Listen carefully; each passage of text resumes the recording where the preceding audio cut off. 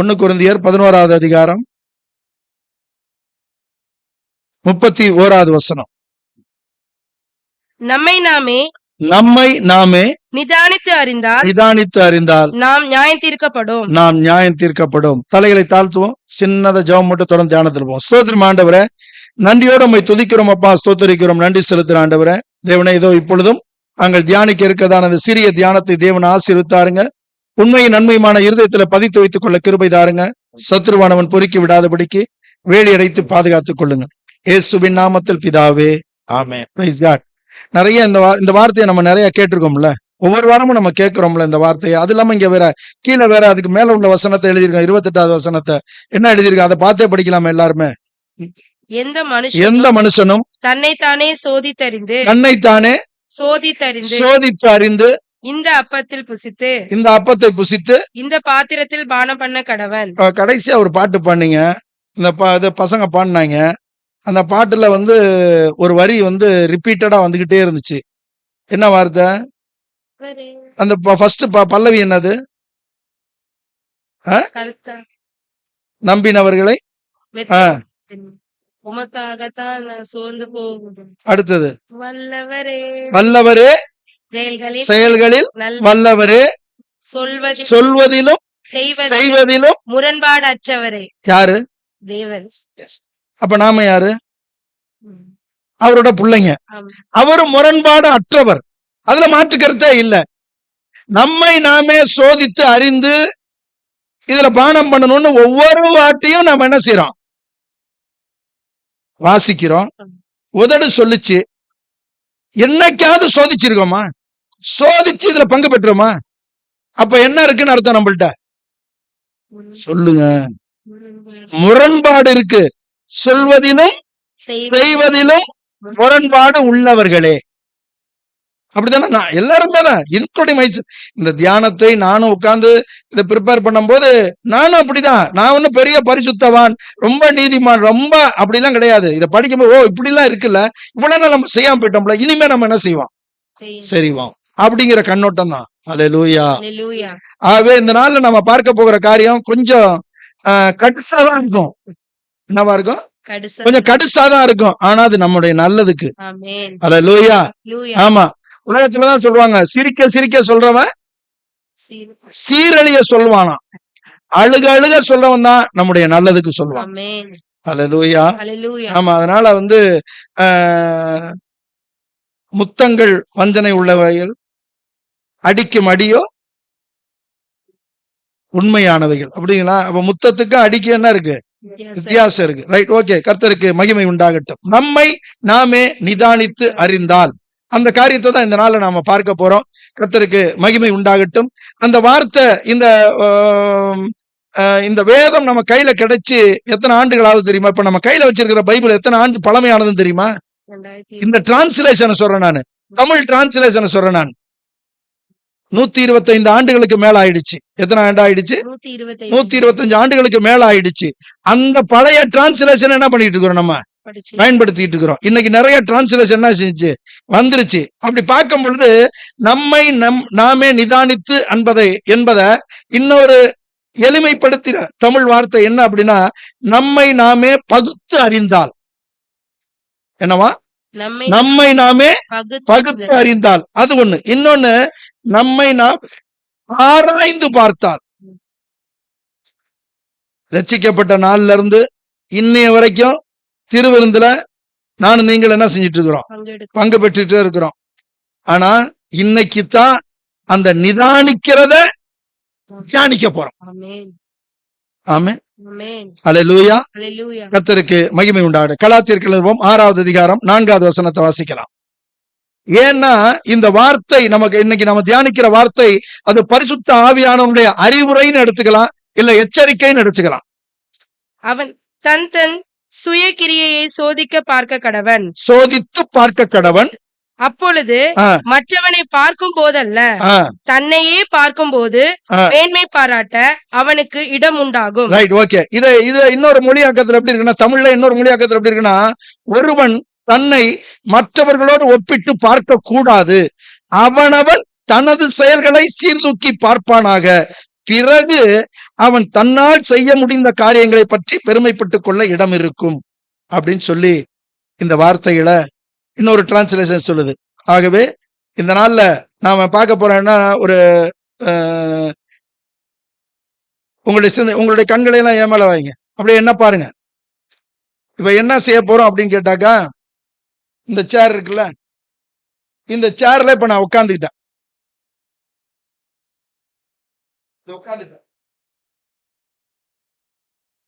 இப்ப நானே இங்கிட்ட வந்து இப்படி பாக்குறேன். யார பாக்குறேன்? அல்ல சொல்லுங்க. நான் மனசா, நான் யாரு? நான் மனசாட்சி. யார பாக்குறேன்? பாருங்களா, இது மாதிரி எல்லாருமே சேர்ல உட்கார்ந்து இருக்கிறீங்களா, எல்லாருமே அவங்கள பார்க்க போறீங்க. புரியுதா நான் சொல்றது என்னன்னு? என்னை நானே, நான் அடுத்தவங்கள பார்க்க வேணாம், அடுத்தவங்களையும் பார்க்க வேணாம், நானே சேர்ல உட்காந்துட்டு இது எப்படின்னு கேட்டாக்க ஒரு விஷுவலைஸ், ஒரு பிக்சரைசிங் பண்ணி பார்க்கறது. என்ன நானே வெளியில ஒருத்தன் கேட்டாலும் நமக்கு டென்ஷன் ஆகும். மத்த வந்து நம்மளை பார்த்து நீ பாவிடா அப்படின்னா நமக்கு என்ன ஆகும்? டென்ஷன் ஆகும். எனக்குள்ள நான் வெளியெல்லாம் சொல்ல முடியாது அப்படின்னா நமக்குள்ள எது இருக்குல்ல, அது மாதிரி ஒரு காரியத்தை தான் எனக்கு என்ன செய்ய போறோம், நாம பார்க்க போறோம். கர்த்தருக்கு மகிமை உண்டாகட்டும். இதனால இப்ப நம்ம பார்க்க போகிற இந்த தியானிக்கிற இந்த சில மணித்துளிகள் எல்லாமே உங்களுடைய செவிகள் நான் சொல்லுகிற வார்த்தைக்கு வரட்டும், ஆனா உங்களுடைய இருதயத்தின் தியானம் நான் சொல்ற கான்செப்டுக்குள்ள இருக்கட்டும். அல்லேலூயா, கர்த்தருக்கு மகிமை உண்டாகட்டும். ஆகவே முதல் காரியத்தை இப்ப நாம பார்க்க போறது என்ன தெரியுமா? நிதானிக்கிறது அப்படிங்கிறத இன்னொரு எளிமை வார்த்தை என்ன தெரியுமா? அளந்து பார்க்கிறது. என்னது? அளந்து பார்க்கிறது. நாம வந்து சொல்லியே தர வேணாம், எவ்வளவோ பேரை நம்ம அளந்திருக்கோமா இல்லையா? இப்ப நம்மை நாமே அளக்க போறோம். கொஞ்சம் அது கொஞ்சம் ஏன்னா மற்றவங்களுக்கு தெரியாது. நம்ம அளந்து பார்க்கும் போது, என்னை நானே அளந்து பார்க்கும் போது என்னுடைய காரியங்கள் எதுவுமே மற்றவங்களுக்கு தெரிய போகல, ஆனா எனக்கு தெரிய வரும்ல. அளந்தா எனக்கு தெரிய வரும்ல. அப்படி தெரிய வருகிற காரியத்துல முதல் காரியம் நாம பார்க்க போகிற காரியம் என்ன தெரியுமா? என்னுடைய வாழ்க்கையில அம்பரசு வாழ்க்கையில அன்பை அளந்து பார்த்திருக்கியா? பந்தியில பங்கு பெற போற உன் வாழ்க்கையில அன்பை அளந்து பார்த்திருக்கியா அப்படின்னு நம்ம கேட்டு பார்ப்போம். அன்பு பாட்டு பாடணும்ல, அன்பு ஆமா பாடணும்ல. சொல்வதிலும் செய்வதிலும் அவர் முரண்பாடற்றவர். நானும் நீங்களும் முரண்பாடு இருக்கு, யாரும் மறுக்கவே முடியாது. முரண்பாடு இருக்கு. சரி செய்து கொள்ளத்தான் தேவன் இன்னைக்கு என்னை உங்களையும் இந்த இடத்துல நிறுத்தி இருக்கிறார். அல்லேலூயா.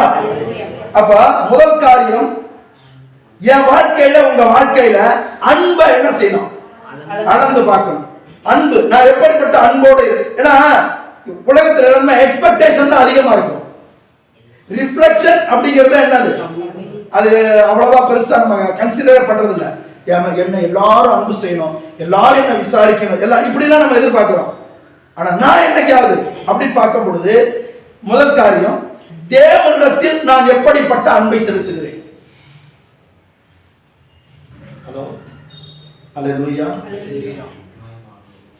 அடுத்தவங்க எல்லாம் ஒண்ணுமே, மீண்டும் சொல்ற, அடுத்தவங்க எல்லாம் ஒண்ணுமே சொல்ல வேணாம், நம்ம பார்த்துக்கோ. நான் தேவனிடத்துல அன்பை எப்படி செலுத்துகிறேன் அப்படின்னு பார்க்கும் பொழுது, அதை ஒரு ஜெனரலைஸ் வச்சு பார்க்கும் பொழுது, தேவனிடத்தில் ஒருவனாய் நான் இருக்கிறேன். நான் ஒரு 4 காரியம் சொல்ல போறேன்.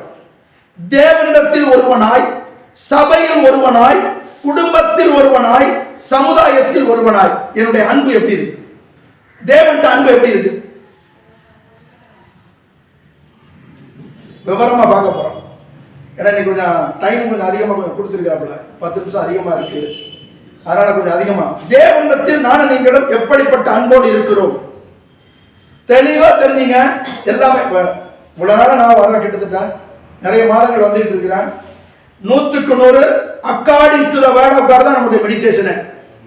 அல்லேலூயா. வேதத்தை தாண்டிய சிந்தனை நமக்கு, விஷயங்கள் வெளியே நம்ம சில புரிந்து கொள்வதற்கு வெளியே போய் சொன்னாலும் எங்கதான் நம்ம தெரிஞ்சுக்க போறோம்? எல்லாமே வேதம் தான். நான் உண்மையாய் தேவனிடத்திலே அன்பு கூறுகிறவனாய் இருந்தால்.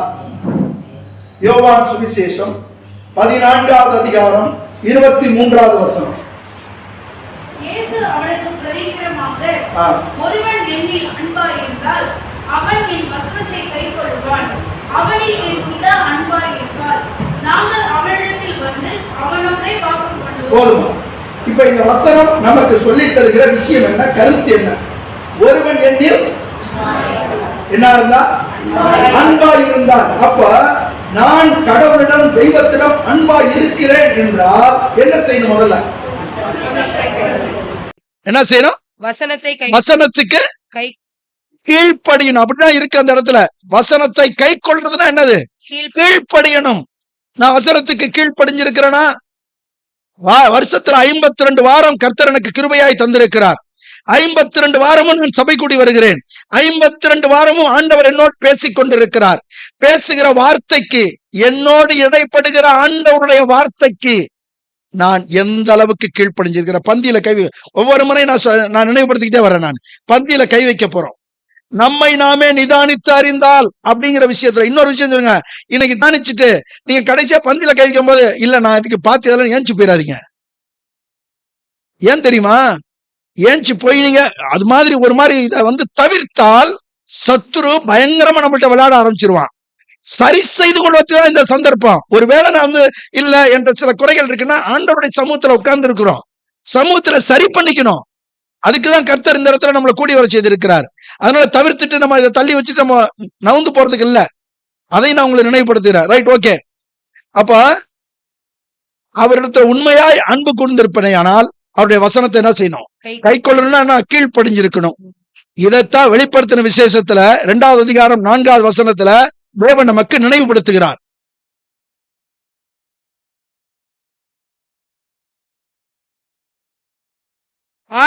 ஆனாலும் நீ ஆதியில் கொண்டிருந்த அன்பை, என்னது ஆதியில் கொண்டிருந்த அன்பை, ஆதியில் தான் ஒவ்வொருத்தர் அதுல இருக்குது. ஆதியில் இருக்கு. இப்ப நம்ம ஒவ்வொருத்தரையும் தானே வச்சு பாக்குறோம். இப்ப என்ன சொல்றேன்? டேய், நீ ஆதியில் கொண்டிருந்த அன்பை விட்டாய் என்று உன் பேர் எனக்கு ஒரு குறைவுண்டு. ரட்சிக்கப்பட்டு இல்ல எத்தனை வருஷம் ஆச்சு? அன்னைக்கு எப்படி ஓடுன? அன்னைக்கு எப்படி இருந்த? புரியுதா?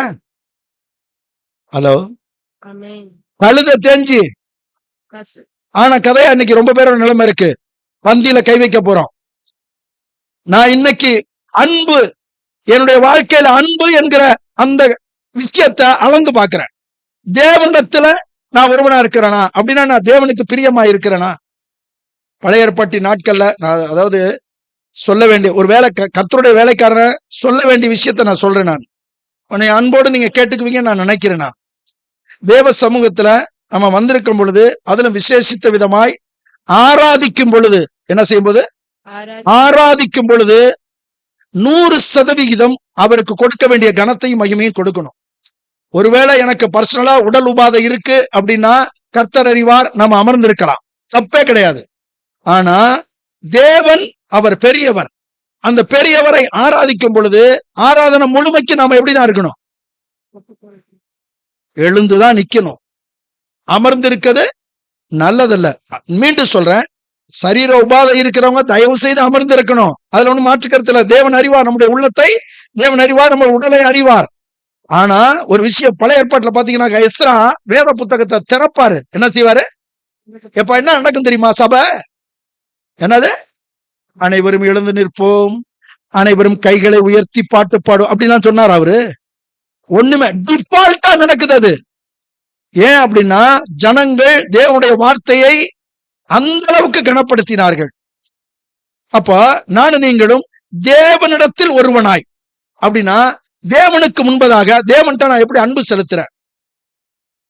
அவருக்குதான் முதல் இடத்தை கொடுத்திருக்கிறேனா? நீங்க தான் செக் பண்ணிக்கணும். இதை ஒன்னொன்னையும் தனித்தனி, அதுனா ஒவ்வொன்றும் தனித்தனி தியானம் வேணும். இந்த வருஷம் பூரா அதை எடுத்துக்கிட்டு இருக்கலாம். அதெல்லாம் இல்ல, நான் சின்ன ஒரு புள்ளி தான் வைக்கிறேன், நீங்க கோலம் போட்டுக்குங்க. தேவனிடத்தில் ஒருவனாய் நான் எப்படி அன்பு செலுத்துறேன்? தேவன்கிட்ட அன்பு செலுத்தணும்னாக்கா எப்படி இருக்கணுங்க? பைபிள்ல வசனம்ல நிறைய சொல்லியிருக்கு. ஒருவன் என்னை பின்பற்றி வர விரும்பினால், அடுத்த வார்த்தை என்னது? தன்னைத்தானே தன்னை தானே இது ரொம்ப முக்கியம். தன்னைத்தான் வெறுத்துன்னு சேர்த்து அடிச்சோம்னா அதனுடைய மீனிங் கொஞ்சம் பல்சி இறங்கிரும். தன்னை தானே தான் வெறுத்து, எனக்கு என்னையே பிடிக்கல. பெரியவங்க எல்லாம் சொல்லுவாங்க, வயசானவங்க, எனக்கு மேல வயசானவங்க எல்லாம் சொல்லுவாங்க, என்ன எனக்கே பிடிக்கவே இல்லை, ஏன் தான் இருக்கிறேன்னு தெரியல, போயிட்டா பரவாயில்ல போல இருக்கு சொல்றாங்க பாத்தீங்களா. அது இல்ல, இது வேற. தன்னைத்தான் வெறுத்து தன் சிலுவையை எடுத்து அனுதினமும், அப்ப அவரை நான் அன்பு செலுத்துறேன்னா அனுதினமும் அவருக்கு பின்னாடி நான் போயிட்டே இருக்கணும். அவர் அண்மை அன்பு செலுத்துறேன்னா ஞாயிற்றுக்கிழமை காலையில 7 மணிக்கு வந்துட்டு 9 மணிக்கு முடிஞ்சோன்னா திருப்பலி முடிந்தது சென்று வாருங்கள், அது முடிஞ்சா சர்வேஸ்வராவுக்கு நன்றி புகழ் இதை சொல்லிட்டு போயிடும், அதோட முடிஞ்ச அந்த வாழ்க்கை. அது மாதிரியா? இல்லவே இல்ல. பார்க்க போறோம் நம்ம. கர்த்தருக்கு மகிமை உண்டாகட்டும். அப்ப இரண்டாவது ஒரு காரியம், சபையில் ஒருவனாய். நான் சபையில எப்படி அன்பு செலுத்துறேன்? நான் கிறிஸ்தவன், நான் கிறிஸ்தவள் அப்படின்னா அது வேற பக்கம் கிடையாது. எல்லா இடத்துலயும் இருக்கு. தேவன்கிட்ட இருக்கணும், சபையில இருக்கணும். இது அன்புன்னு வரும் பொழுது அங்க ஐக்கியமும் அதுல உள்ளடக்கியது. தேவனிடத்துல அன்பு செலுத்துற அப்படின்னா தேவனோட ஐக்கியமா இருக்கணும். தேவனை அன்பு செலுத்தும் போது நான் யோசிச்சு பாக்குறேன், ஏனோக்கு எத்தனை வருஷம் இந்த உலகத்துல உயிர் வாழ்ந்தது எத்தனை வருஷம்? 365. நீ ஞாபகத்துல வச்சுங்க, வருஷத்துக்கு எத்தனை நாள்? அதை அப்படி கிராஸ்ல வச்சு நான் அப்படிதான் வச்சுக்கோ ஞாபகம்லாம். 365 ஏனோக்கு 365. ஆண்டவரோட சஞ்சரித்த வருஷங்கள் எத்தனை? 300 வருஷம். நம்ம அவ்வளவுலாம் ஆண்டவர் நமக்கு கொடுக்க போறது கிடையாது. வாய்ப்பில்ல ராசா, வாய்ப்பே கிடையாது. ஏதோ ஓடிக்கிட்டு இருக்கிறேன், எவ்வளவு நாள்னு தெரியாது. போய் சேர்ந்திருந்தா 14 நாள் ஆயிருக்கும். பிச்சை போட்டிருக்காரு எனக்கு மறுவாழ்வை கர்த்தர். 26ஆம் தேதி விடிய காத்தால 4 மணிக்கு ஒரு மேஜரான ஆக்சிடென்ட். ஆமா, ஒரு சேதமும் என் உடல்ல இல்ல. ஆனா நான் போன வாகனத்துக்கு பயங்கரமான சேதம். எதுக்கு சொல்றேன்னா, 300 வருஷம் தேவனோட சஞ்சரித்தானா. இதுல என்ன தெரியுமா, அந்த வார்த்தையில படிக்கும் போது குடும்பத்துல பொண்டாட்டி பிள்ளையோட இருந்தானா.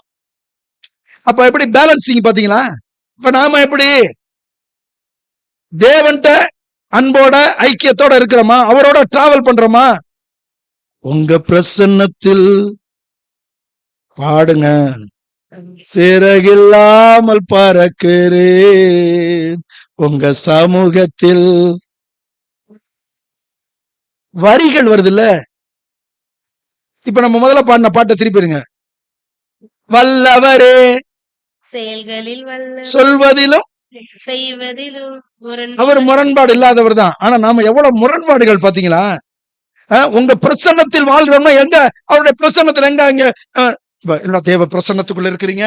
இப்ப கர்த்தர் அப்படியே இறங்கிட்டு இருக்காரு. அப்ப முதல்ல வெளியில போயிட்டாரா?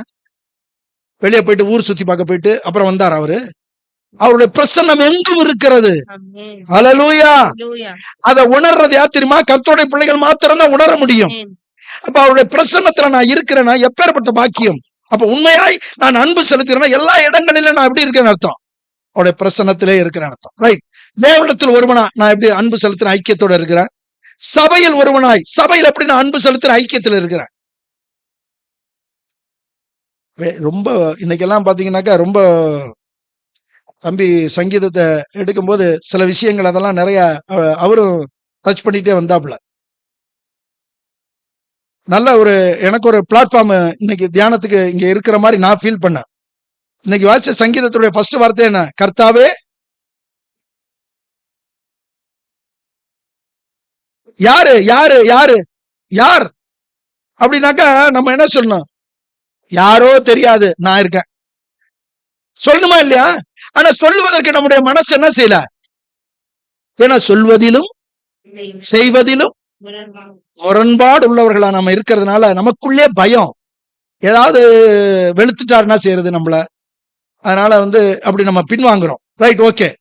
தேவனிடத்தில் ஒருவனாய், சபையில் ஒருவனாய் அன்பு, குடும்பத்தில் ஒருவனாய். குடும்பத்தில் நம்ம எப்படி இருக்கிறோம்? குடும்பம்னா அது ஒரு செட்டப் தானே, கணவன் மனைவி பிள்ளைகள். இப்ப இந்த குடும்பத்துக்குள்ள நானும் நீங்களும் தெய்வீக அன்பையும் தெய்வீகம் தந்திருக்கிற ஐக்கியத்திலையும் நான் எப்படி இருக்கிறேன்? பந்தில பங்கு பெற போறோம்ல. இங்க பாருங்க, இங்க வந்து வேணா மனுஷனை ஏமாத்திடலாம். பந்தில கை வச்சு சூப்பரா இந்த மாதிரி வெள்ளையும் கருப்பையும் பேண்டையும் சட்டையும் போட்டுக்கிட்டு சூப்பரா நம்ம ஒரு பரிசுத்தவான் தேவ மனிதன் காட்டிட்டு வேடி காட்டி வெளியே போயிடலாம். கர்த்தருக்கு உண்பதாக நானும் நீங்களும் வெளியரங்கமா இருக்கிறோம். ஜாக்கிரதை. குடும்பத்துல நான் எப்படி இருக்கிறேன்? அன்பு செலுத்தினா குடும்பத்துல ஒவ்வொருத்தருக்கும் ஒவ்வொரு பொறுப்பு கர்த்தர் கொடுத்திருக்கிறார். கணவனா இருக்கிறவர் எப்படி இருக்கணும்? மனைவி மீது எப்படி செலுத்தணும்? என்ன செய்யணுமா?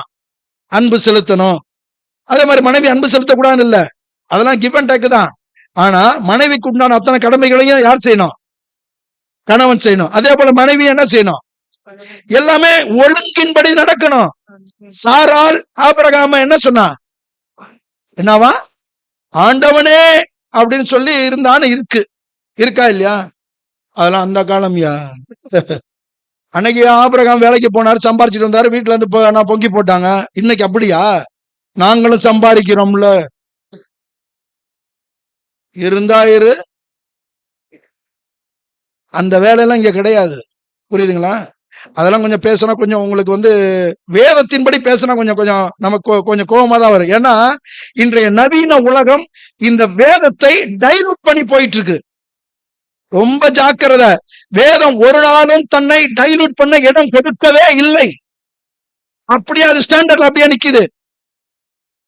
ரொம்ப ஜாக்கிரதையா நானும் நீங்களும் வாழ வேண்டிய அந்த காலத்துக்குள்ள இருக்கிறோம். அப்ப குடும்பத்துல நான் ஒருவன். அன்பு எப்படி இருக்கு? அன்பு ஐக்கியம் எப்படி இருக்கு? சோத்தை எடுத்து வச்சுட்டேன், எடுத்துட்டு கழுவி வச்சுட்டு படு. நடக்குதா இல்லையா? எவ்வளவு? அதே போல பிள்ளைகள் இடத்துல எப்படி நடக்கணும், பிள்ளைகள் அப்பா அம்மாட்ட எப்படி நடக்கணும், எல்லாமே இருக்கு. நிறைய பேசணும் தான் நினைக்கிறேன், நேரம் இல்லை.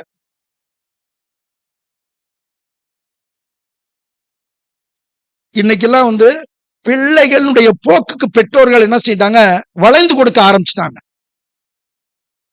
இல்லவே இல்லை. தயவு செய் சொல்றேன், நான் ரொம்ப கவனமாய், அது மெயினா வாலிப பிள்ளைகளை வைத்திருக்கிற பெற்றோர்களை நான் ரொம்ப அன்போடு கேட்டுக்கிறேன். அவ்வளவு குற்றம் குறைகளுக்கும் இடறுதலுக்கு காரணமே இதுதான். ரொம்ப ஜாக்கிரதை. சரி, கொடுத்தாச்சு கையில, ஜெபம் பண்ணுங்க. ஏன்னா கர்த்தர் நிச்சயமாய் ஜெபத்தை கேட்பாரு, பிள்ளைகளை பாதுகாப்பார். வழி தவறி போகணும்னு அதுங்க நினைச்சா கூட நம்முடைய ஜெபம் அவர்களை என்ன செய்யாது? போக விடாது. அதனால அதுல எல்லாம் நம்ம கொஞ்சம் கவனமா இருங்க. தேவனிடத்துல ஒருவனா நான் எப்படி இருக்கிறேன்? அன்புல. குடும்பத்துல சபையில ஒருவனா நான் எப்படி இருக்கிறேன்? அடுத்தது குடும்பத்துல ஒருவனா எப்படி இருக்கிறேன்? நாலாவது சமுதாயத்தில் ஒருவனா நான் எப்படி இருக்கிறேன்? நாமெல்லாம் வந்து சபைக்கு வர்றோம், ஆண்டவர் சமுதாயத்துல அப்படின்னா என்ன? ரட்சிக்கப்படாத மக்கள் பத்தியில நான் எப்படி இருக்கிறேன்? நான் ஒரு கிறிஸ்தவன் அப்படின்னு கிறிஸ்தவனாய் அவங்க மத்தியில் நடந்துக்கிறேனா?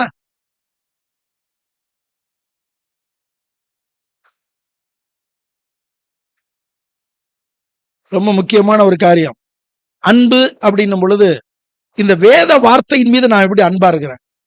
அன்பா இருந்தாக்கா எப்படி தெரியுமா இருப்பேன்? எப்பவுமே இதை விட்டு பிரியாம இருப்பேன். அல்லேலூயா. இத படிக்கணும்னு ஆவல் இருக்கு. இது அன்பு இது மேல இருந்துச்சுன்னா நாம எப்படி இருக்கிறோம்? ஏதாவது எக்ஸாம் வச்சா மட்டும் அதை படிச்சுட்டு, இல்ல ஏதாவது அப்படியா? இல்ல வந்து அதிகமா இதை எவ்வளவு நேரம் செலவு பண்றோம்? அன்பா இருந்தாக்கா, இப்ப சில பேரை பாத்தீங்கன்னாக்கா ஃப்ரெண்ட்ஸுங்க எல்லாம் அன்பா இருப்பாங்க. நானும் ஒரு நாள் அப்படி இருந்தேன். ஆண்டவர் அறியாத நாட்கள்ல இங்க மரக்கடையில பெரிய கமலத்துல இருக்கும் பொழுது நான் அப்படி இருந்தேன். வரும்போது பார்த்தாக்கா ஃப்ரெண்ட்ஸுங்க எல்லாம் வேலையில இருந்து வந்தாலும் இல்ல வந்தாலும் அதான் ஃப்ரெண்டு வந்துருவாங்க. சாயங்காலம் ஒரு 6:30-7 மணிக்கு வருவாங்க. வந்தோடனே எங்க அம்மா கேட்பாங்க, எங்கடா போற அப்படின்னுவாங்க. இந்த ஃப்ரெண்டு வந்திருக்காம்மா, பேசிட்டு வரேன்.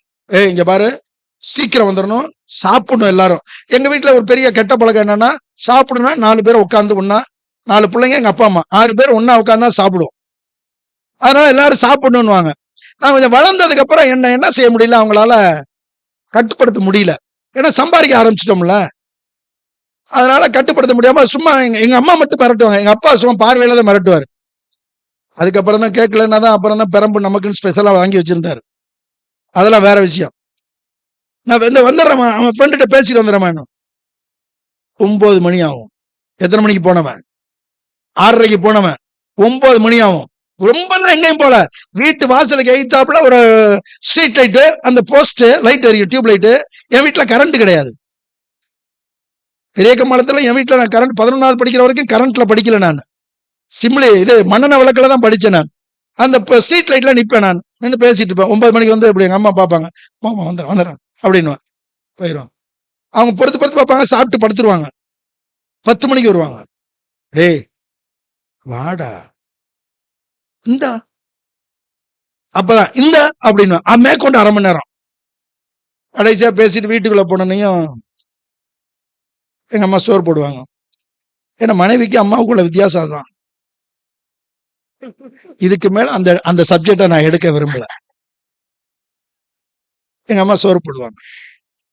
சோறு போடும்போது ஒரு கேள்வி கேட்பாங்க, ஏண்டா அப்படி என்னதான்டா பேசுனீங்க? ஒரே பதில், ஒண்ணும் இல்லம்மா. ஏன்னா ஃப்ரெண்ட்ட பேசுனத அம்மாட்ட சொல்ல முடியாதுல்ல. ஏன்னா அப்படி ஒரு இன்டிமேசியா அப்படி பேசுவோம்ல. எதற்கு சொல்றேன்னா, அன்பு அந்த நண்பர்கள் மேல இருக்கிறதுனால எவ்வளவு நேரம் செலவு பண்றேன். உண்மையாய் இந்த வேதத்தின் மீது அன்பை நான் வைத்திருப்பேனே, ஆனால் எப்படி செலவு பண்ணுவேன் நானு? எனக்கு தெரிஞ்சு இன்னைக்கு வந்து ரொம்ப அதிகமான பேரிடத்துல இந்த வேதத்துல நேரத்தை செலவு பண்ணுவது இல்ல. உங்களை நான் அன்போடு கேட்டுக்கிறேன். உங்களை காப்பாற்ற போறது கர்த்த வார்த்தை மாத்திரம்தான். எந்த ஊழியக்காரனை காப்பாற்ற முடியாது, எந்த நிறுவனமும் எதுவுமே காப்பாற்ற முடியாது. கர்த்தருடைய வார்த்தை உங்களை காப்பாற்றும்.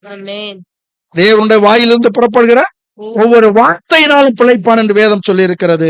கர்த்தருக்கு மகிமை உண்டாகட்டும். ஆகவே இப்ப இந்த 4 காரியத்தை பார்த்தோம். எதுல அன்பு? தேவனில் ஒருவனாய், சபையில் ஒருவனாய், குடும்பத்தில் ஒருவனாய், சமுதாயத்தில் ஒருவனாய். இப்ப இத 4ஐயும் கூட்டி கழிச்சு ஒரே வார்த்தையில நான் சொல்றேன். நான் we are not a part-time Christian, we are only a full-time Christian. என்னது? பகுதி நேர கிறிஸ்தவன் இல்ல. நானும் நீங்களும் பந்தியில பங்கு பெறது மாதிரி யோசிச்சு வச்சீங்க. என்ன இல்ல? பகுதி நேர கிறிஸ்தவன். என்ன இன்னைக்கு ரொம்ப பேர் அப்படி இருக்கிறாங்க, பகுதி நேர கிறிஸ்தவர்களாய் இல்ல. நானும் நீங்களும் எப்படிப்பட்ட கிறிஸ்தவர்கள்? முழு நேர கிறிஸ்தவர்கள். தேவனுக்கு முன்பதாக, சபையில, வீட்டுல, வெளியில. அல்லேலூயா. Right, okay. முதல் காரியத்தை பார்த்துட்டோம். இன்னும் 4 இருக்கு. முதல் காரியம் எதை அளந்து பாக்குற? உன் வாழ்க்கையில அன்பை அளந்து பாரு. அளந்து பார்க்கணும். நீங்க அளந்து பாருங்க. 2வது, உங்களுக்கு கொடுத்த கர்த்தருடைய வேலைக்காரரும் இன்னைக்கு பரிதாபத்தோட ஒரு வார்த்தையை சொன்னார். உன் வாழ்க்கையில ஜெபத்தை அளந்து பார். எதை அளந்து பாரு? ஜெபத்தை அளந்து பார். எவ்வளவு நேரம்? என்ன வரும்? எல்லாரையும் தராசுல தூக்குறோம், எல்லாரையும் தூக்கி கணம் பார்க்கிறோம், நம்மள இப்ப தூக்குவோம். ஜெபம் என் வாழ்க்கையில எப்படி? இன்னைக்கு அதை கொஞ்சம் கொஞ்சம் விவரமா பார்ப்போம். ஜெபத்துல நானும் நீங்களே எவ்வளவு நேரம்? ஒரு நாளைக்கு 24 மணி நேரம் கொடுத்திருக்காரு. அல்லேலூயா. ஆமா, சிலருக்கு மாத்திரம்தான் தூக்கம் கொஞ்ச நேரம். ராத்திரி எல்லாம் சரியா தூக்கம் வர மாட்டேங்குது அப்படின்னு சொல்றது சிலர் மாத்திரம்தான். மத்த எல்லாருமே தூக்கத்துல என்ன செய்யறோம்? ஆமா, நல்லா. அதுக்கு பேர் என்ன தெரியுமா? Sound sleep. என்ன ஸ்லீப்? Sound sleep. படுத்தேன்,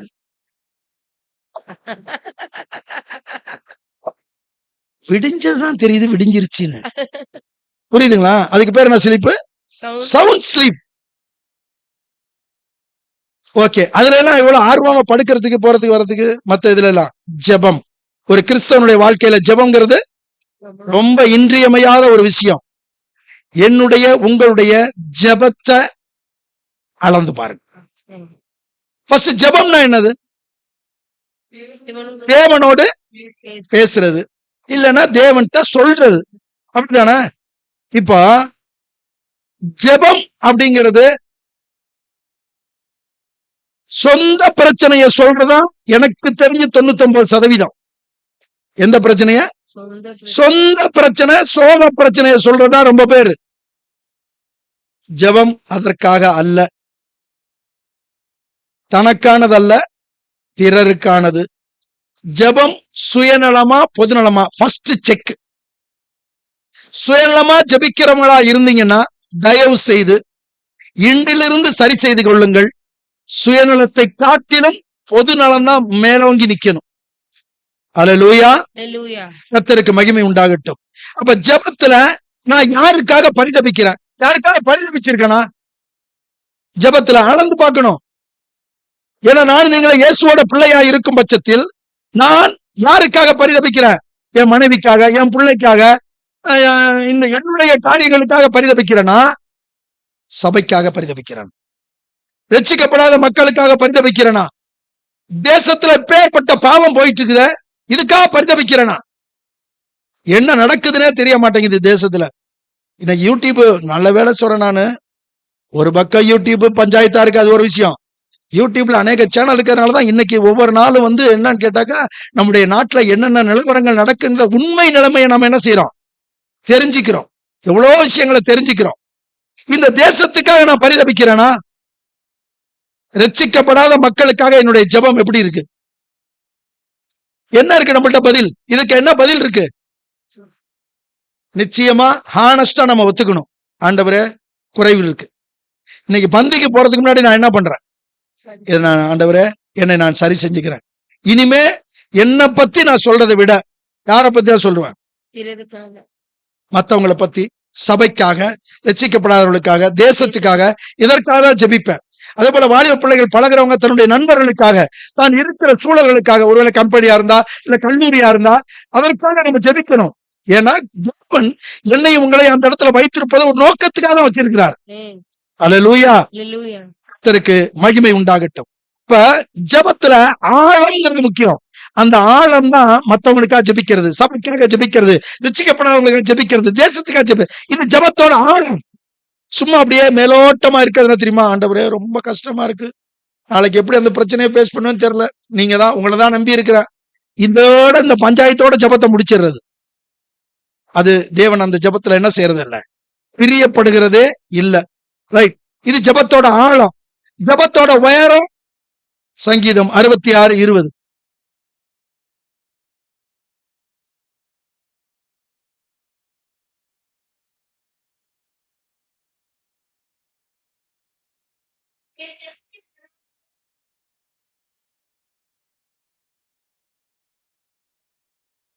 என் ஜெபத்தை அல்லாமலும். இப்படி நம்ம எத்தனை பேர் நம்ம சொல்லுவதற்கு நம்ம ஆயத்தமா இருக்கிறோம்? அப்படின்னா என்ன அர்த்தம் தெரியுமா? நாம பண்ற ஜெபம் எங்க எட்டிருச்சுன்னு அர்த்தம், பரலோகத்தை எட்டிருச்சின்னு அர்த்தம். அதே போல இன்னொரு சங்கீதத்துல சொல்றாரு, 138:3 சொல்றாரு, நான் கூப்பிட்ட நாளிலே எனக்கு மறு உத்தரவு அருளினீர், என் ஆத்துமாவிலே பலம் தந்து என்னை தைரியப்படுத்தினீர் அப்படின்னு அவரு சொல்லுகிறார். கர்த்தருக்கு மகிமை உண்டாகட்டும். இது எல்லாத்தை விட சூப்பரான விஷயம் என்ன தெரியுமா? ஒரு புறஜாதியான் அவனை பார்த்து ஆண்டவருடைய வார்த்தை வர்ற விஷயம் என்ன தெரியுமா? அப்போஸ்தலர் நடவடிக்கைகள் புஸ்தகம் 10வது அதிகாரம் 4வது வசனம். அவனை உற்று பார்த்து பயந்து, ஆண்டவரே, ஆண்டவரே என்ன என்றான். அப்பொழுது அவன், உன் ஜெபங்களும் உன் தருமங்களும் தேவனுக்கு நினைப்பூட்டுதலாக அவர் சந்நிதியில் எட்டியிருக்கிறது. யாரோட ஜெபம்? கொர்நேலியோட ஜெபம் எவ்வளவு நம்மை உற்சாகப்படுத்து தெரியுங்களா? அப்ப நாம பண்ற ஜெபம் எங்க போகுது? பரலோகத்துக்கு போகுது. எப்ப போகுது? உண்மையா இருந்தால். அல்லேலூயா. அல்லேலூயா. ஆமா. இப்ப தம்பி சொல்லும் பொழுது அந்த அந்த உத்தமத்தை குறித்து சொன்னாரு. சங்கீதம் 119 முதல் வசனம் அதுதான் சொல்லுது. கர்த்தருடைய வேதத்தின்படி நடக்கிற உத்தம மார்க்கத்தார். அப்ப கர்த்தருடைய வேதத்தின்படி நடக்கிறவன் உத்தம மார்க்கத்தார், நடிக்கிறவன் ஏன்னா நடிக்கிற ஆள் இருக்குல்ல. ஹலோ, எங்க எங்க நடிப்பாங்க? ஸ்டேஜில் நடிப்பாங்க. இந்த லொகேஷனுக்குள்ள பாத்தீங்கன்னாக்கா நம்மள போல ஒரு ஸ்பிரிச்சுவல் ஆளே இல்லைன்ற மாதிரி நம்ம அவ்வளவு சீனு. ரொம்ப ஜாக்கிரதை. உங்களுடைய ஜெபம் எட்டணும் அப்படின்னா உண்மையா அவரை நோக்கி கூப்பிடணும். தம்மை நோக்கி கூப்பிடுகிற யாவருக்கும் உண்மையாய் தம்மை நோக்கி கூப்பிடுகிற யாவருக்கு கர்த்தர் சமீபமாய் இருக்கிறார். அல்லேலூயா. எவ்வளவு அந்த இடத்துல அழுத்துறது என்ன தெரியுமா சங்கீதக்காரன்?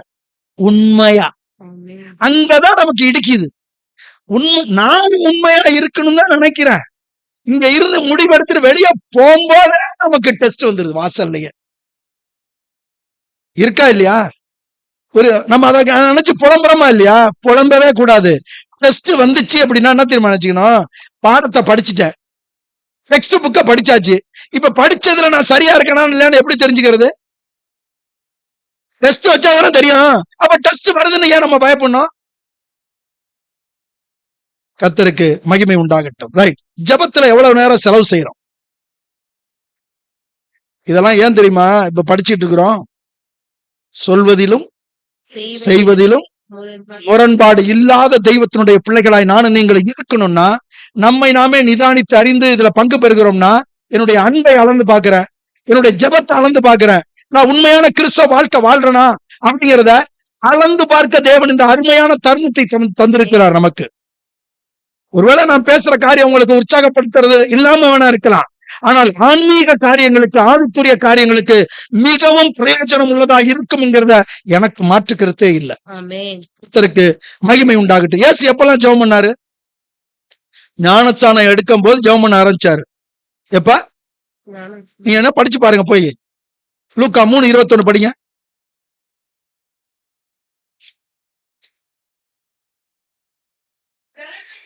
ஜனங்கள் எல்லாரும் ஞானஸ்தானம் பெற்ற போது இயேசுவும் ஞானஸ்தானம் பெற்று ஜெபம் பண்ணுகையில். போதும். எப்ப ஜெபம் பண்றாரு?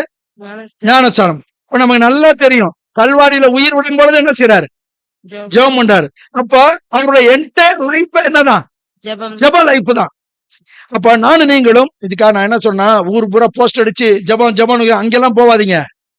ஹலோ, எங்க போவாதீங்க? அங்கெல்லாம் போவாதீங்க. உங்களுடைய தனிப்பட்ட வாழ்க்கையில, உங்களுடைய ஐக்கியத்துல. இதை தாண்டி ஒருவேளை உங்களுக்கு நம்பகமான ஆட்கள், ஆவிக்குரிய ரீதியாய் நம்பகமான ஆட்கள் சொன்னா மட்டும் அந்த ஸ்தலத்துக்கு போங்க. இல்ல உங்களை கையெடுத்து கும்பிட்டு கேட்கிற எங்கேயும் போவாதீங்க. நமக்கு போதுமானது இருக்கு. அல்லேலூயா. அநேக சபைகள்ல பைபிள் ஸ்டடி கிடையாது தெரியுமா? இப்படி குறைவான எண்ணிக்கை உள்ள இந்த இடத்துல கர்த்தர் உங்களுக்கு பைபிள் ஸ்டடியை கொடுத்திருக்காரு. கர்த்தருக்கு மகிமை. அல்லேலூயா. நல்ல நல்ல ஊழிய அனுபவம், ஆவிக்குரிய அனுபவம் உள்ள ஊழியரை கர்த்தர் உங்களுக்கு கொடுத்து அவருடைய பைபிள் ஸ்டடி கொடுத்துட்டு இருக்காரு. கர்த்தருக்கு மகிமையை நீங்க எல்லாம் கத்துக்கணும். அதெல்லாம் நிறைய தெரிஞ்சுக்கணும். கர்த்தருக்கு மகிமை உண்டாகட்டும். தனிச்சு போய் ஜெபம் பண்றாரு, சாயங்காலத்துல ஜெபம் பண்றாரு, இரவு முழுக்க ஜெபம் பண்றாரு. அப்ப எப்பதான் ஜெபம் பண்ணணும் ஒரு ரெஸ்ட்ரிக்ஷன் கிடையாது. எப்பவுமே என்ன செய்யணும்? ஜெபம் பண்ணிக்கிட்டே இருக்கணும். கர்த்தருக்கு மகிமை உண்டாகட்டும். இதுல கவனிக்கிற வார்த்தை என்ன தெரியுமா? மத்தேயு 6:6. நீயோ ஜெபம் பண்ணும் போது உன் அறை வீட்டுக்குள் பிரவேசித்து உன் கதவை பூட்டி அந்தரங்கத்தில் இருக்கிற உன் பிதாவை நோக்கி. பிதா அங்க இருக்காரு. அந்தரங்கத்தில் பிதா அங்க இருக்காரு. அந்தரங்கத்தில் இருக்கிற உன் பிதா நோக்கி ஜெபம் பண்ணு. அப்பொழுது அந்தரங்கத்தில் பார்க்கிற உன் பிதா. எங்க பாக்குறாரு? அந்தரங்கத்தில் பார்க்க. புரியுங்களா? ஜெபம்னா என்னன்னு தெரியுதா? யார்கிட்ட ஜெபம் பண்ற? பிதாட்ட ஜெபம் பண்ற. அவர் எங்க இருக்காரு? அந்தரங்கத்துல இருக்கிறாரு. அந்தரங்கத்தில் இருக்கிற பிதா எங்க பாக்குறாரு? வெளி. ஜாக்கிரதை. ஜெபம் பண்ணும் போது நானும் நீங்களும் மிக கவனிக்கப்பட வேண்டிய ஒரு விஷயம். அதுக்குதான் அங்கங்க ஓடிப்போய் இதெல்லாம் பண்ண. இங்க பாருங்க, இன்னைக்கு எல்லாம் பாத்தீங்கன்னாக்கா ரொம்ப வேதனையா இருக்கு. நீ உபவாசம் பண்ணும்போது யாருக்கும் என்ன இருக்கு பைபிள்ல? யாருக்கும் இன்னைக்கு போஸ்ட் அடிக்கிறாங்கல்ல, இருக்கா இல்லையா? பாக்குறோமா இல்லையா? அப்ப அது வேதத்துக்கு என்ன இல்ல, ஒத்து வராத ஒரு விஷயம். இது மாதிரி நிறைய விஷயங்கள் வெளியில இருக்குது, வெளியே நடந்துகிட்டு இருக்கு. உங்களை ரொம்ப வேண்டி கேட்டுக்கிறேன், போதும். நம்ம கர்த்தர் கொடுத்திருக்கிற பெத்தேல் அசம்பிளியா போதும். இந்த வட்டத்துக்குள்ள இந்த இருக்கைகளை நிரப்பிட்டு கர்த்தரை சித்தமா இன்னும் அவர் ஆத்மா கொடுக்கட்டும். இதை நம்ம ஒழுங்கா வச்சு தக்க வச்சுட்டு நம்ம என்ன செய்வோம்? இதுல நம்ம ஜெப கூடுக, இதுல உள்ள நம்மளுடைய ஊழிய காரியங்கள் இதெல்லாம் நம்ம செஞ்சு சரியாய் பங்கெடுத்து நம்ம கிடைக்கிற நேரங்கள்ல இங்க எல்லா நேரங்களையும் வீட்டுல இருந்து ஜெபம் பண்ணி வேதத்தை படிச்சு நம்முடைய அனுதின அன்றாட கிறிஸ்தவ வாழ்க்கையை சரியாய் வாழ்வோமேயானால் தேவன் மகிமைப்படுவார். பந்தியில பங்கு பெறும் பொழுது எப்படி இருக்கும்? தேவனுக்கு மகிமையாயிருக்கும். கர்த்தருக்கு மகிமை உண்டாகட்டும். இது வரைக்கும் 2 பார்த்துருக்கிறோம், இன்னும் 3 இருக்கு. ஆனா 20 நிமிஷம் தான் இருக்கு. ஆமா, 40 நிமிஷத்துல 2 பார்த்திருக்கோம், இன்னும் 3 பார்க்கணும். பாத்துருவோம், விடுறதா இல்ல. ஏன்னா இது இதுக்கு மேல வேற இதுல நான் எடுக்க முடியாது. 3வது காரியம், ஃபர்ஸ்ட் காரியம் உன் வாழ்க்கையில அன்பை அளந்து பார். 2வது உன் வாழ்க்கையில ஜெபத்தை அளந்து பார். 3வது உன் வாழ்க்கையில விசுவாசத்தை அளந்து பார். ஹலோ, எதை அளந்து பார்க்கணுமா? விசுவாசத்தை அளந்து பார். ரொம்ப முக்கியம். இன்னைக்கு எடுத்து வாசிங்க 2 கொரிந்தியர் 13:5.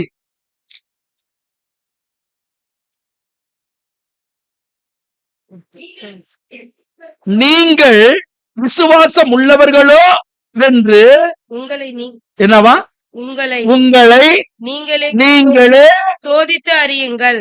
இப்ப யாரு வேணாம், யாரு வேணாம், அடுத்தால் யாரு வேணாம், நானே. புரியுதுங்களா? உங்களை நீங்களே சோதித்து அறியுங்கள், நீங்களே பரீட்சித்து பாருங்கள். போதுமா? இப்ப நாம என்ன செய்ய போறோம்? நம்மை நாமே சோதித்து பார்க்க போறோம். நம்முடைய விசுவாசம் எப்படி இருக்கு? நானு நீங்களை விசுவாசிக்கிறோன்றோம். இந்த விசுவாசிக்கிறது வெளிப்படுத்துறேன். நானு யார விசுவாசிக்கிறேன்? என் இயேசுவை விசுவாசிக்கிறேன். ஆமென்.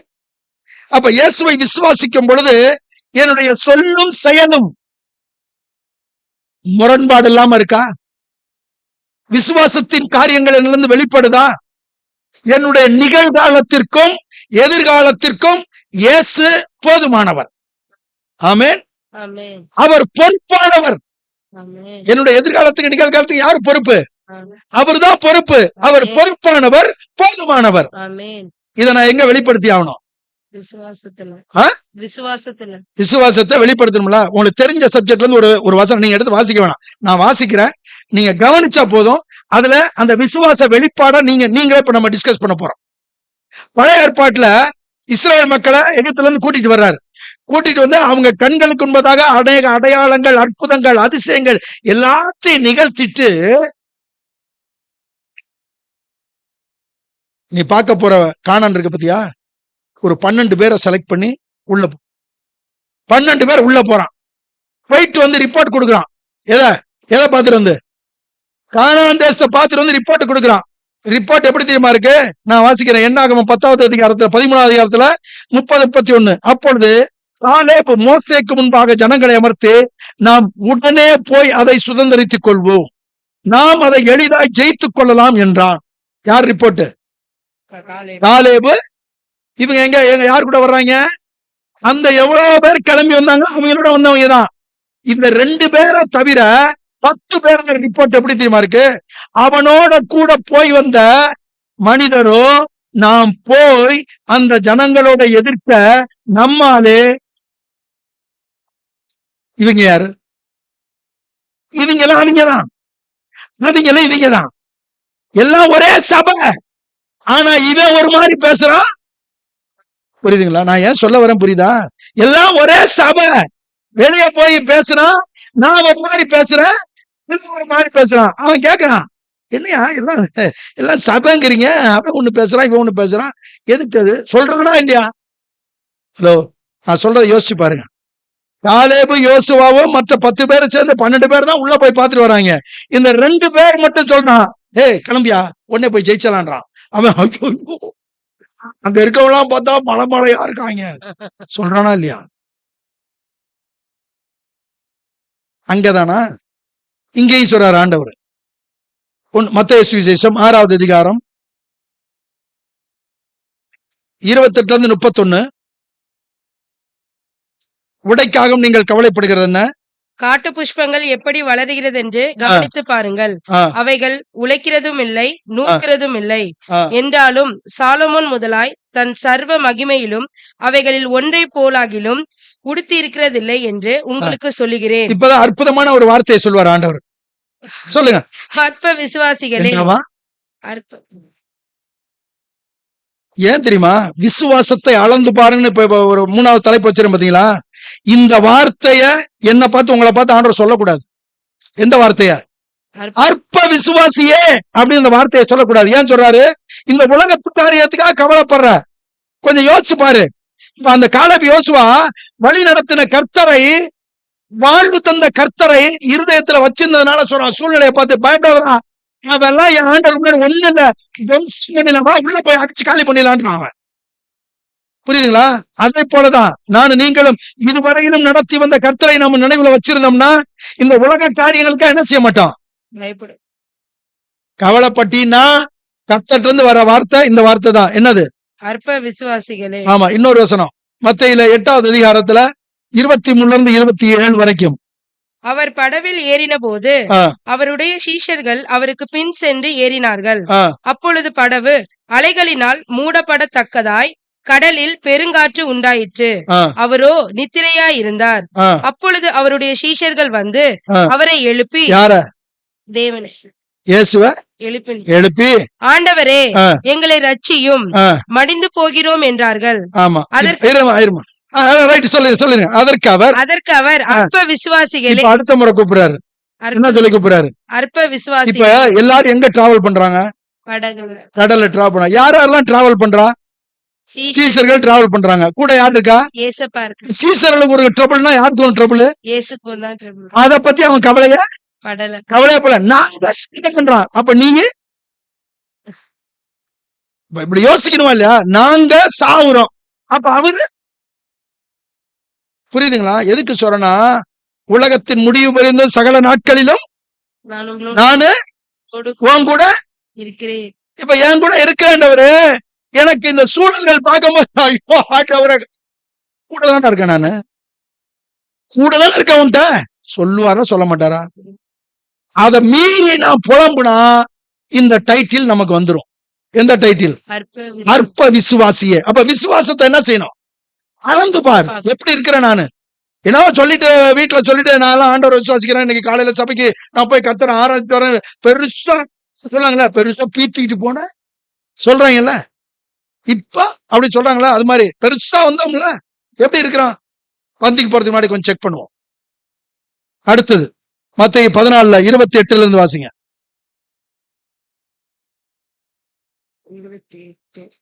பேதுரு அவரை நோக்கி, ஆண்டவரே, நீரே ஆனால் நான் ஜலத்தின் மேல் நடந்து உம்மிடத்தில் வர கட்டளையிடும் என்றான்.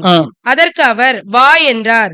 அப்பொழுது பேதுரு படவை விட்டிறங்கி இயேசுவினிடத்தில் போக ஜலத்தின் மேல் நடந்தான். காற்று பலமாய் இருக்கிறதை கண்டு பயந்து அமிழ்ந்து போகையில், ஆண்டவரே, என்னை ரட்சியும் என்று கூப்பிட்டான். உடனே இயேசு கையை நீட்டி அவனை பிடித்து, அற்ப விசுவாசியே. என்ன விசுவாசி? என்ன விசுவாசி? ஏன் அவனை கூப்பிட்டது யாரு? இயேசு கூப்பிட்டாரு. எந்த சூழல கூப்பிடுறாரு? அப்படிப்பட்ட சிச்சுவேஷன்ல தான் கூப்பிடுறாரு. நான் நடந்து வர்றேன், நீ வாழ்றாரு. இவன் என்ன செஞ்சான்? காலை வச்சா நடந்துட்டு இருக்கான். நீ ஏன் அங்கிட்டு பார்த்த? புரியுதுங்களா? என்னுடைய பார்வை யார் மேலதான் இருக்கணும்? இயேசு மேலதான் இருக்கணும். அதை விட்டு அங்கிட்டு பார்த்து அப்படின்னாக்கா பார்த்தது யார் தப்பு? நம்ம தப்பு. புரியுதுங்களா? நான் யார பார்த்தா போயிட்டு இருக்கணும்? எபிரேயர் 12வது அதிகாரம், ஆகையால் மேகம் போன்ற முதல் வசனம். ஆமா, தள்ளிவிட்டு விசுவாசத்தை துவக்குகிறவரும் முடிக்கிறவருமாயிருக்கிற இயேசுவை நோக்கி. அப்ப யார நோக்கி தான் போயிட்டு இருக்கணும்? இயேசுவை நோக்கி தான் போயிட்டு இருக்கணும். அங்கிட்டு இங்கிட்டு பாத்து ஐயோ நான் அற்ப விசுவாசிய அப்படின்னு அந்த மாதிரிதான் என்ன செய்வாரு? சொல்ல வேண்டிய நிர்பந்தத்துக்கு தள்ளப்படுகிறோம். கடவுளுக்கு மகிமை உண்டாகட்டும். ரைட். அடுத்தது ஒரு காரியம், மத்தேயு 16வது அதிகாரம் 6, 7, 8. இயேசு அவர்களை நோக்கி, பரிசேயர் சதுசேயர் என்பவர்களில் புளித்த மாவை குறித்து எச்சரிக்கையா இருங்கள் என்றார். நாம் அப்பங்களை கொண்டு வராதபடியால் இப்படி சொல்லுகிறார் என்று அவர்கள் தங்களுக்குள்ளே யோசனை பண்ணி கொண்டார்கள். இயேசு அதை அறிந்து, அற்ப விசுவாசிகளே, அப்பங்களை கொண்டு வராததை குறித்து நீங்கள் உங்களுக்குள்ளே யோசனை பண்ணுகிறது என்ன? இன்னும் நீங்கள் உணரவில்லையா? 5 அப்பங்களை 5000 பேருக்கு எதை பத்தி சொல்றாரு? இப்ப இங்க எதை பத்தி பேசுறாரு அவரு? அப்பத்தை, உபதேசத்தை குறித்து பேசுறாரு. உபதேசத்தை, உன்னுடைய அறிவு என்னுடைய அறிவெல்லாம் இங்க முக்கியம் கிடையாது. ஆண்டவருடைய வார்த்தை தான் முக்கியம்.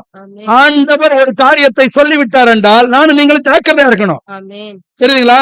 நானு அவர் எதை பத்தி பேசுறாரோ, இதை பத்தி பேசுறது என்னன்னு ஸ்ட்ரைட்டா விளங்கிக்கணும். நாம யார பத்தி பேசுறாரு? பரிசேயர் சதுசேயர் என்பவருடைய புளித்த மாவை குறித்து எச்சரிக்கையா இருங்கள். ரொம்ப முக்கியம்.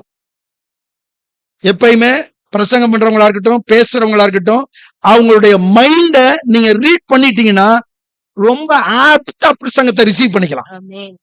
மைண்ட ரீட் பண்ணலன்னா, ஏன் பேசுறேன், நான் யாரு, என்ன வர, என்ன பேசுறேன்றத உங்களால புரிஞ்சுக்க முடியலன்னா, நான் எவ்வளவுதான் கத்துனாலும் உங்களால புரிஞ்சுக்கவே முடியாது. இயேசுவை சரியாய் நான் அண்டர்ஸ்டாண்ட் பண்ணியிருந்தேன்னா என்ன செய்ய முடியாது? இந்த மாதிரி எதிர்மறையா சிந்திக்க முடியாது. இந்த வேதம் சொல்லுது, அநேக உபதேச கோளாறுகள், குளறுபடிகள் வரும், மார்க்க பேதங்கள் வரும், உங்களில் உத்தமர்கள் இன்னார் என்று விளங்கும்படி. அப்ப நானும் நீங்களும் உத்தமமா இருக்கணும்னா பைபிள்ல ஃபுல் கான்சென்ட்ரேஷன் இருக்கணும். அப்படி இருந்தாதான்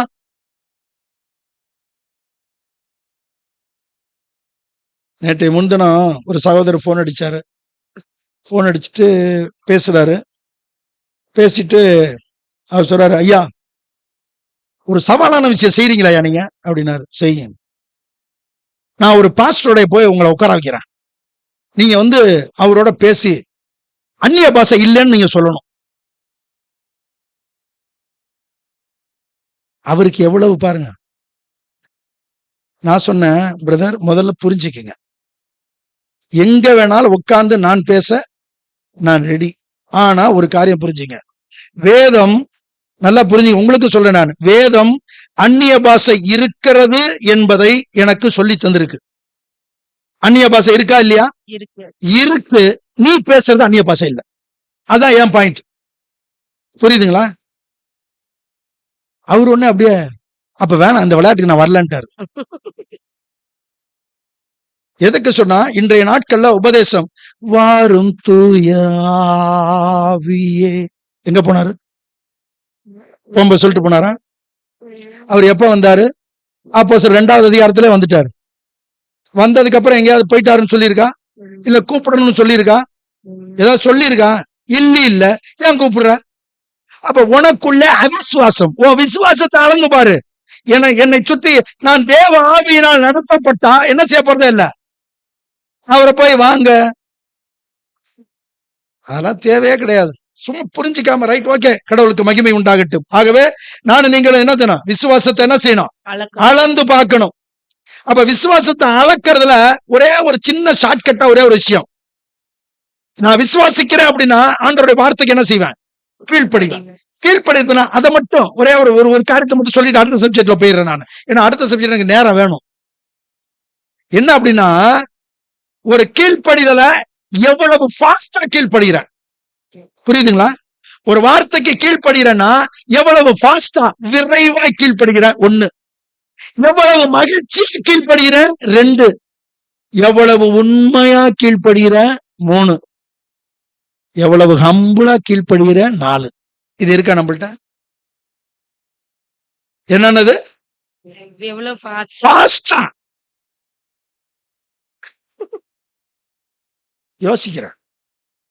இதுக்கு கீழ்ப்படியலாமா வேணாமான்னு யோசிக்கிறேன் அப்படிங்கிற நிலைமையில அநேகர் இருக்காங்க.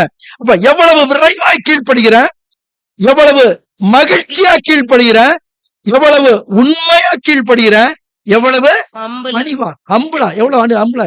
ஆண்டவரே, இது என்னுடைய பிரயோஜனத்துக்காக நான் உபத்திரப்பட்டது நல்லது. நான் உபத்திரப்படுவதற்கு முன் அதானே. அப்ப கீழ்ப்படியணும். அந்த ரொம்ப முக்கியம் தானே. ரைட். இப்ப 4வது நச்சுன்னு 4வதுக்கு வந்திருக்கிறோம். உன் வாழ்க்கையில டே அம்ப்ரோஸ், உன் வாழ்க்கையில வார்த்தையை வந்து எத வார்த்தைய எவ்வளவு பேசுறோம், இன்னைக்கு அதை அளக்கிறோம். சொல்வதிலும் செயல்களிலும் எவ்வளவு பாட்டு, எவ்வளவு கோயின்சைட் ஆயிடுச்சு பாத்தீங்களா தியானத்துக்கு. இது உண்மையிலே அப்ப நான் தியானிக்கிறதுக்கும் இங்க பேசுறதுக்கும் கர்த்தர் எப்படி நடத்துறாரு பாத்தீங்களா? அல்லேலூயா. எனக்கு எவ்வளவு சந்தோஷமா இருக்கு பாத்துங்க. செயல்களிலும் முரண்பாடு அற்றவர் அவரு. நம்ம அதாவது ஒரு கிறிஸ்தவனுடைய அனுபவம், அவனுடைய யதார்த்த ஆழம் எல்லாமே பேச்சு மிக தெளிவா துல்லியமா காட்டி கொடுத்துரும் நான் கிறிஸ்தவனா இல்லையான்னு. அப்ப பந்தியில கை வைக்கிறதுக்கு முன்னாடி என்னுடைய பேச்சு எப்படி இருக்குது,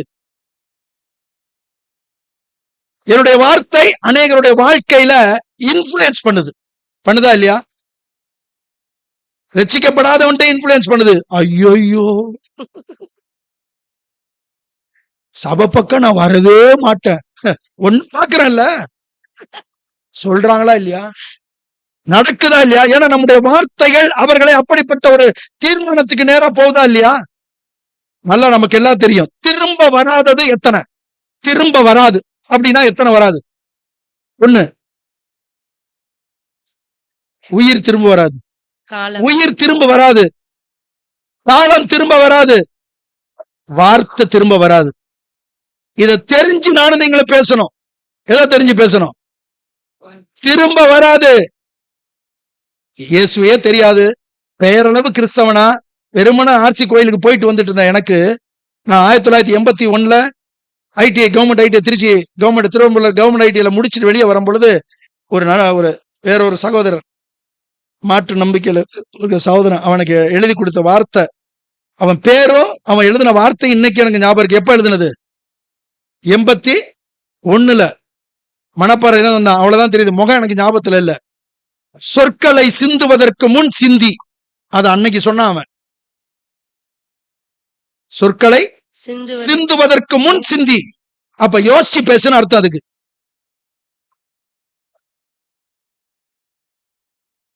மல்கியா 3:16.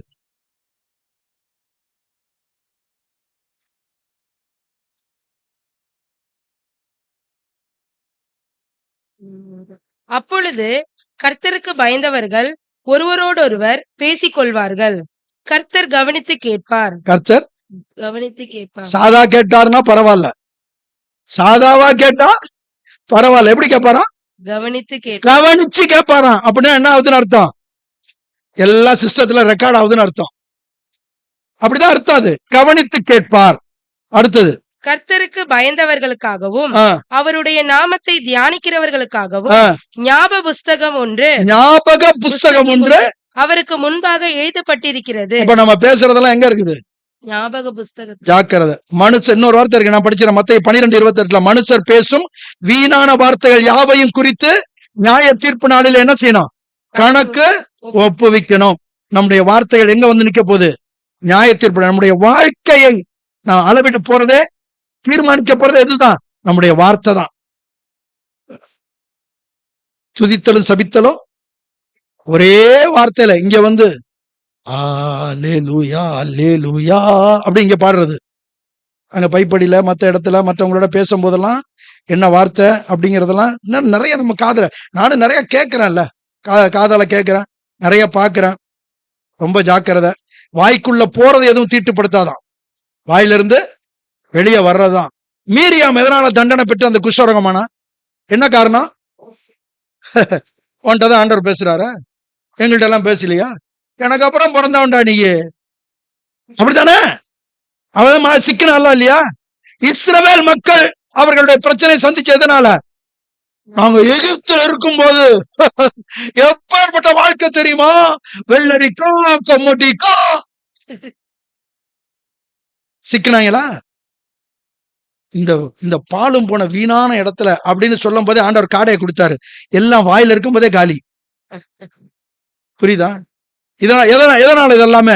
வார்த்தையினால. ரொம்ப கவனமா இருக்கணும். நம்முடைய வார்த்தை தான் நம்மள நீதிமான் இல்லையான்னு தெரியப்படுத்துகிற காரியம். கர்த்தருக்கு மகிமை உண்டாகட்டும். நீதிமொழிகள் 12:18 வாசிங்க.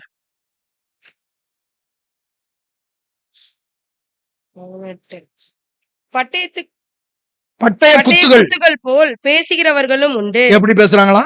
பட்டய குத்துகள் அப்படின்னா என்ன? எதுக்கு எப்படி சொல்ற? எதனால அந்த வார்த்தை அப்படி சொல்லப்படுது? பட்டய குத்துகள் போல் அப்படின்னா என்னது?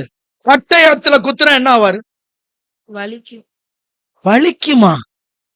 என்ன நீங்க அந்த வார்த்தையை சொல்லக்கூடாத, செத்துருவான்.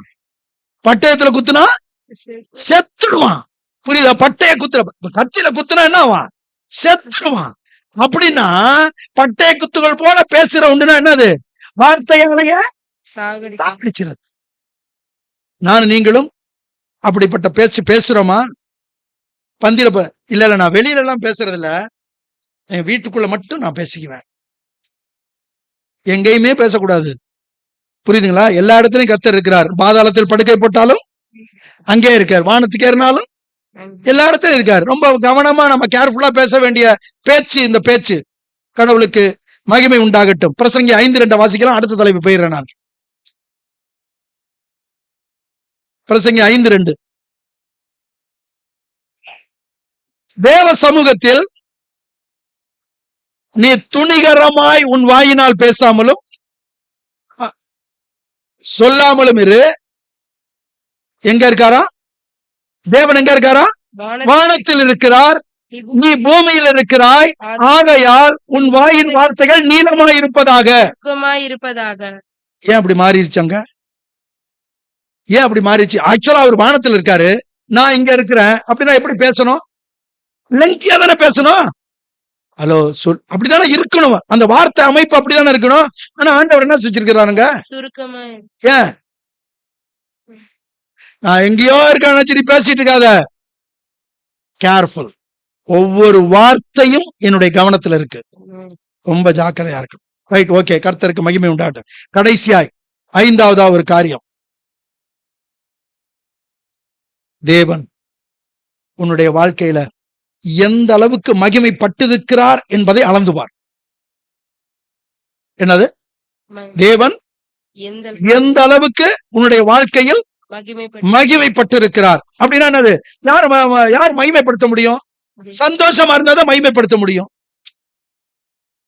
சந்தோஷமா இருக்கிறோமா? நம்ம சந்தோஷமா இருந்தாதான் சங்கீதம் பாடுவோம். சந்தோஷமா இருந்திருக்கிறேன் நானு. முதல்ல அதெல்லாம் விடுங்க. சர்ச்சுக்குள்ள வரும்போது சந்தோஷமா வந்திருக்கேனா? சபைக்கு வந்தவங்கள இப்ப காலையில சந்தோஷமா வந்தானா? 7 மணிக்கு இவங்க வச்சு விட்டாங்க. எல்லா சபையிலயும் 9 மணிக்கு 10 மணிக்கு ஆரம்பிச்சு சாவகாசம் போறாங்க. 7 மணிக்கு இவங்களுக்கு புரியுதா இல்லையா? எங்க நான் சொல்றது யதார்த்தம். சபைக்கு வரும்போது சந்தோஷமா வந்திருக்கிறேனா? இது அப்ப சந்தோஷம் ஏன் தெரியுமா? என்னுடைய உள்ளத்துக்குள்ள இருந்தாதான் எல்லா இடத்துலயும் சந்தோஷமா நானும் நீங்கள் இருக்க முடியும். எப்பொழுதும் சந்தோஷமா இருங்கன்னு பவுல் எழுதுறாரு. கர்த்தருடைய ஆலயத்துக்கு போவோம் வாருங்கள் என்று சொன்ன பொழுது எப்படி இருந்தேன்றாரு? மன மகிழ்ச்சியா இருந்தேங்கிறாரு. அதே பவுல் எழுதுறாரு, கர்த்தருக்குள் எப்பொழுதும் சந்தோஷமா இருங்கள் மறுபடியும் சொல்றேங்கிறாரு. ஆனா பழைய ஏற்பாட்டுல ஒரு வார்த்தை இருக்கு. ஆபகுக்ல 3வது அதிகாரத்துல 17-18, அத்திமரம் துளிர் விடாமற் போனாலும் திராட்சை செடிகள் பழம் கர்த்தருக்குள் என் ரட்சிப்பின் தேவனுக்குள் களி கூறுவேன். எப்ப களி கூறுறது? எல்லா நேரங்கள்லையும் கடவுளுடைய நாமம் மகிமைப்படும்படியாய். அதாவது கிரயத்துக்கு ஆண்டவர் என்னை உங்களையும் வாங்கியிருக்கிறார். எப்படி வாங்கியிருக்காரு? கிரயத்துக்கு வாங்கியிருக்கிறார். இந்த உலகத்துல யாருமே செலுத்த முடியாத கிரயத்தை தேவன் எனக்காக நமக்காக செலுத்தி நம்மை அவர் விலை கொடுத்து வாங்கி இருக்கிறார். ஆகையால் தேவனுக்கு உடையவைகளாகிய உங்கள் சரீரத்தினாலும் உங்கள் ஆவியினாலும் என்ன செய்யணுமா? ஒரே ஒரு வார்த்தையை மட்டும் சொல்லிட்டு நான் நிறைவு செய்ய போறேன். என்ன அப்படின்னா, கடவுளை மகிமைப்படுத்தணுமா? எந்த ஒரு சூழலா இருந்தாலும் சரி, கடவுள் என்ன நினைக்கிறார் அப்படிங்கறத நினைச்சு பாருங்க. பாரு, நான் சொல்றது செய், எனக்கு எல்லாம் தெரியும், நான் சொல்றது செய்ய அப்படிங்கிற. அப்ப யார் முன்னாடி வந்துட்டா? நான் முன்னாடி வந்துட்டேன். யார் பின்னாடி போயிட்டா? கடவுள் பின்னாடி போயிட்டார். அந்த நிலைமையே இருக்கக்கூடாது.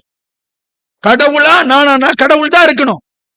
நீங்கள் எதை செய்தாலும் எல்லாவற்றையும் புசித்தாலும் குடித்தாலும் எப்படிதான் செய்யணுமா?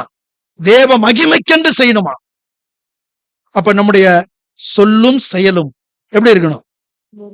தேவனை மகிமைப்படுத்ததா இருக்கணும்.